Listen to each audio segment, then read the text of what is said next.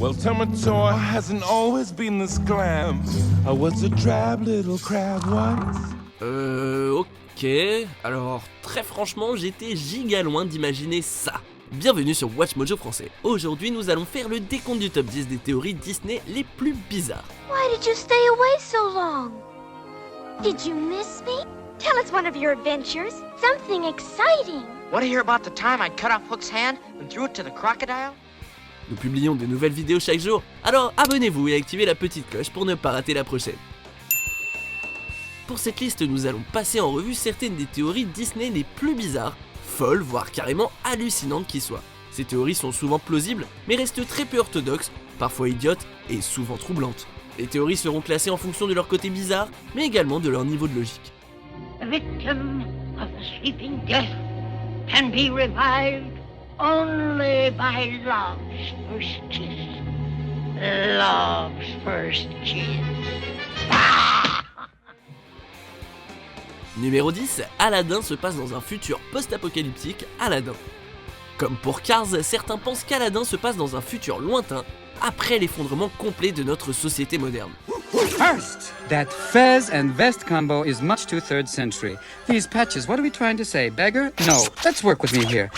Le génie affirme que les vêtements d'Aladin font trop au 3e siècle et imite des célébrités telles qu'Arnold Schwarzenegger et Jack Nicholson. Alright, Sparky, here's the deal. If you want to court the little lady, you gotta be a straight shooter, do you got it? Pourtant, il dit avoir été dans la lampe pendant 10 000 ans. 10,000 years will give you such a crick in the neck. Si le génie était présent entre les années 70 et 2000 et connaissait Schwarzenegger et Nicholson avant d'être enfermé pendant 10 000 ans, alors ça voudrait dire qu'Aladin se passe vers la fin des années 11 000 ou au début des années 12 000. Il est possible qu'une catastrophe ait éradiqué nos technologies de pointe, ce qui donnerait une société futuriste d'apparence désuète. No way!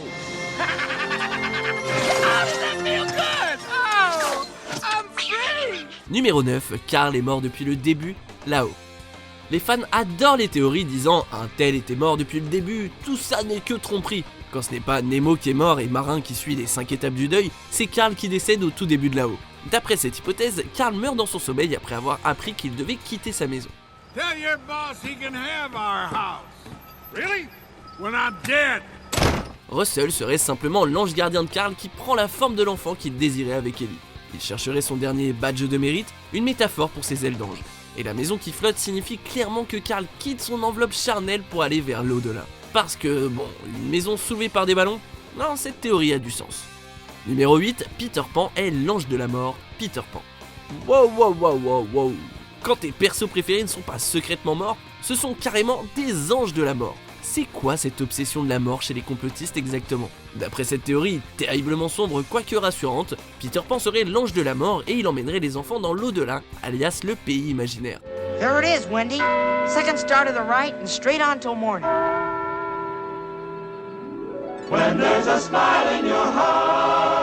Il est évident que dans l'au-delà, on ne vieillit pas, ce qui explique les enfants perdus. Following the leader, we're following the leader, wherever he may go. Au départ, la théorie paraît un peu idiote. Et quand on sait que le créateur de l'histoire, J.M. Barrie, a donné les droits de Peter Pan à l'hôpital de Londres pour les enfants malades, elle gagne tout de suite en crédibilité. Peter Pan et le pays imaginaire serait-il une façon pour Barrie de réconforter les enfants malades? Je dis pas que c'est ça, hein, mais peut-être bien que c'est ça en fait. I said nothing of the sort. Numéro 7, Tamatoa est Ursula.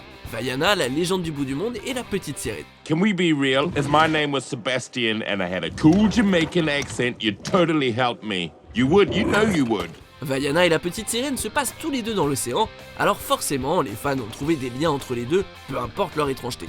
You've got it, sweet cakes. D'après cette théorie, les deux histoires partagent le même univers. Tamatoa et Ursula ont les mêmes teintes de violet, des personnalités flamboyantes et de nombreux membres. Cependant, l'histoire de Vaiana se déroule à une époque plus avancée, et Tamatoa n'a pas vraiment les traits de la Ursula qu'on a tous connue, elle s'est donc réincarnée. Je vois pas trop pourquoi Tamatoa est devenue un crabe au lieu d'une hybride mi-humaine mi-poulpe, mais est-ce qu'à un moment j'ai dit que les théories de ce top étaient parfaites? Non.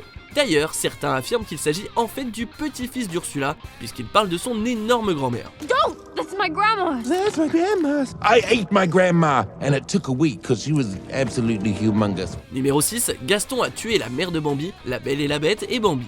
Si vous pensiez que la mort de la mère de Bambi ne pouvait pas être plus déprimante, eh ben vous aviez tort parce qu'il est tout à fait possible que Gaston soit celui qui a appuyé sur la gâchette. On ne voit pas le visage du chasseur humain, et il peut donc s'agir de n'importe qui. Mais on voit une biche boire dans un ruisseau au début de La Belle et la Bête, et on apprend que Gaston est un chasseur accompli. Est-ce qu'un jour il aurait réussi à tuer une biche dans les bois voisins? Wow, you didn't miss a shot, Gaston! You're the greatest hunter in the whole world! I know. No beast alive stands a chance against you! And no girl for that matter! It's true, LeFou. D'ailleurs, pour rendre cette connexion encore plus forte, il est tout à fait possible que l'une des têtes dans la taverne appartienne à la mère de Bambi. Et pan l'enfance dans ta tronche! I use antlers in all of my decorating. Comme si vous aviez besoin d'une autre raison de haïr Gaston. LeFou, I'm afraid I've been thinking. A dangerous pastime? I know. Numéro 5, le prince est la mort, Blanche-Neige et les 7 nains.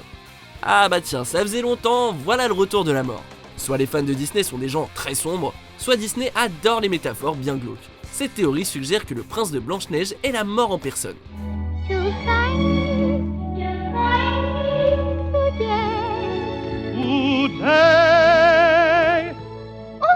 En effet, la pomme que la reine a donnée à Blanche-Neige aurait un peu trop bien marché et l'aurait tuée. Le prince, alias la faucheuse, apparaît et l'embrasse pour l'emmener dans l'au-delà. Blanche-Neige peut alors dire adieu aux nains avant de partir sur un cheval blanc, qui serait une référence évidente à la Bible, qui parle d'un cheval pâle et de sa cavalière, la mort, qui fait partie des 4 cavaliers de l'Apocalypse. Ah ouais, non mais moi non plus, la connexion Blanche-Neige et la Bible, je l'avais pas vu venir. Numéro 4, Simplet et Geppetto seraient la même personne, Blanche-Neige et les 7 nains et Pinocchio. Vous pourriez penser que Simplet est un nain comme les autres, mais s'il s'agissait en fait du jeune Geppetto. Le premier argument est leur apparence. Ah, c'est vrai qu'il y a une certaine ressemblance avec leurs grands yeux ovales, leurs grandes oreilles et leur nez rouge. Ils partagent aussi des traits de personnalité similaires, comme leur maladresse et leur agitation. Bon, il y a le fait que Simplet ne parle pas. Aucun problème pour les plus grands faux monteurs de théorie, ça serait juste dû à son jeune âge. This is Dopey. He don't talk none. Il est possible que les nains aient adopté un enfant en le prenant pour l'un des leurs et auraient viré Geppetto une fois celui-ci devenu plus grand. Il serait allé en Italie, aurait fait carrière dans la menuiserie et la suite, vous la connaissez. It's my wish. It's come true. Figaro. Look, he's alive. He can talk. Numéro 3, la mère d'Ariel a été tuée par le capitaine Crochet, la petite sirène et Peter Pan. Là, ça devient bizarre, mais il y a pas mal de preuves pour soutenir cette théorie. L'une des sirènes du pays imaginaire ressemble beaucoup à Ariel, avec les cheveux rouges emblématiques. Peter! Oh! Hello, Peter! Hello, Peter! Dans le préquel de la petite sirène, le secret de la petite sirène, on apprend que la mère d'Ariel a été tuée par des pirates. Le capitaine Crochet, qui est un pirate, déteste les sirènes. Et Triton et les humains vu que Crochet a assassiné sa femme. Do you think I want to see my youngest daughter snared by some fish-eater's hook? I'm 16 years old. I'm not a child. Don't you take that tone of voice with me, young lady. Si on peut croire que le pays imaginaire égale l'au-delà, alors il est évident que la mère d'Ariel est toujours là et qu'elle continue d'être tourmentée par son assassin. Yup, it's Hook all right. Quick, Wendy! C'est plutôt ballot comme vie après la mort. Numéro 2, Zip est le fils illégitime de la Bête, La Belle et la Bête. La Belle et la Bête contient certains des personnages de Disney les plus intemporels, dont l'adorable mère Madame Samovar et son fils Zip.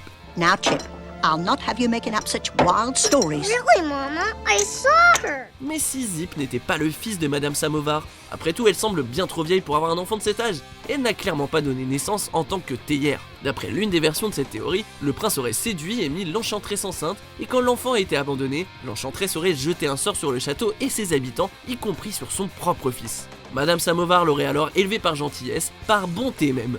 Bonté, théière, vous l'avez? Bref, pour éviter que le petit bout de chou ne grandisse sans aucun parent. What's there, Mama? I'll tell you when you're older. Numéro 1, Boo est une sorcière, Monstres et compagnie est rebelle. La fin de Monstres et compagnie est juste parfaite. Kitty.